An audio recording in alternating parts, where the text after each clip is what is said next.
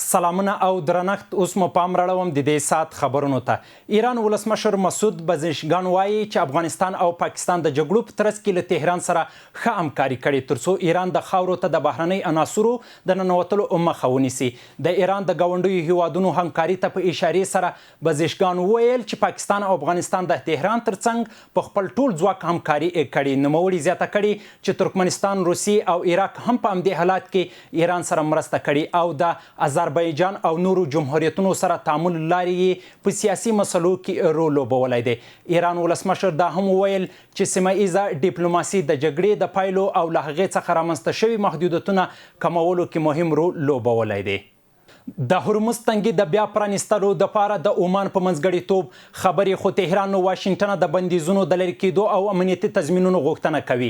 د امریکا ولسمشر ډونالډ ټرمپ وایي واشنګټن د ایران پر وړاندې خپل اقدامات کم کړي او اوس د پوځي فشار پر ځای پر اقتصادي فشارونو د ایران د وضعیت پر څارنې او محدودیتونو خبرو تمرکز کوي. ټرمپ وایي ایران د سخت انفلاسیون او د مالی سرچینو د کمښت له امله د جدي اقتصادي ستونزو سره مخ دی.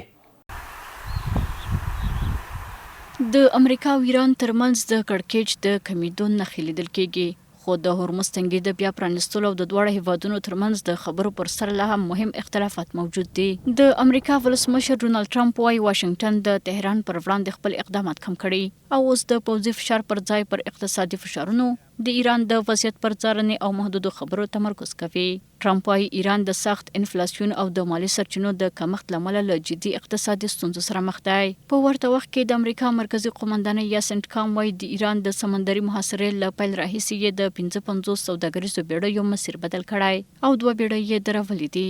د امریکا پر وینا له 10 زیاتې جنگي بیړۍ په سیمه کې د دې ماموریت د ملاتړ لپاره فعالیت کوي. د دې ټولو کړکېچونو سره هممهاله د اسرایلو لومړي وزیر بنیامین نتنیاهو ویلي چې ایران نشي کولی پر اسرایلو برید وکړي. ایران تقفت את כל המדינות באזור. تاسو باید لیدلی وي چې تهران په بیلابیلو هیوادونو برید کوي، مګر یو هیواد شته چې برید نه کوي او هغه اسرائیل دی. په اسرائیلو باندې هر برید به د یوې قوي ضربې سره مخ شي. بل ورته تهران وایي د عمان په منځګړیتوب له امریکا سره د هرمز تنګي د بیا پرانیستلو په اړه په خبرو کې لومړني پرمختګونه شوي، خو ایران ټینګار کوي چې له امریکا څخه باید مشخص تصمیم ترلاسه کړي. تهران له واشنګټن غواړي چې سمندري محاصره پای ته ورسوي، پر ایران بندیزونه لرې کړي او د اټومي موضوع په اړه د راتلونکو هوکړو لپاره تضمین ورکړي. دا په داس حال کې ده چې د برنټ خامو نفتو د بیې د لوړېدو د هرمز تنګي د وضعیت په اړه دوامداره اندېښنې او د نړیوالې سمندري سوداګرۍ پر وړاندې ناڅرګندتیا بلل کېږي. له دې سره هممهاله د ایران د بهرنیو چارو وزارت ویان د اسماعیل بقایي ویلي چې داسې لامل نشته چې ګواکې تهران د عربستان، ترکیه او پاکستان ترمنځ دفاعي تړون په اړه اندېښمن وي. این تحول نشانه مهمی است از اینکه کشورهای منطقه به این نتیجه رسیدند که نمیتوانند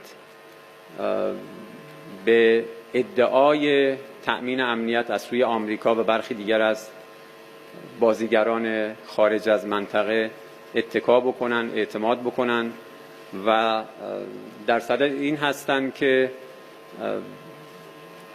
روش دیگری رو بیازمایند از طریق اتکای به توانمندی‌ها و نگاه‌های خودشون مستقل از مداخلات مخرب طرف‌های خارجی.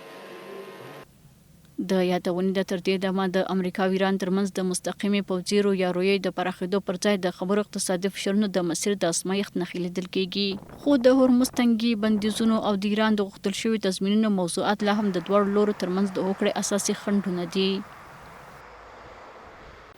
د آریانا افغان هوایي شرکت د مشرتابه د هڅو او تعقیب وروسته د شرکت یو بیونکي 920 انجن چې په متحده ایالاتو کې د ګمرک پروسیجرونو له امله بند شوی و، د اړوندو پروسیجرونو د بشپړولو وروسته کابل ته ولېږدول شو. دا انجن د ګلوبل انجن څخه 203 میلیون ډالرو په ارزښت اخیستل شوی او ټاکل شوی ده چې آریانا افغان هوایي شرکت تخنیکي ټیم لخوا کابل ته له سپارلو وروسته په 210 بیونکي نصب شي.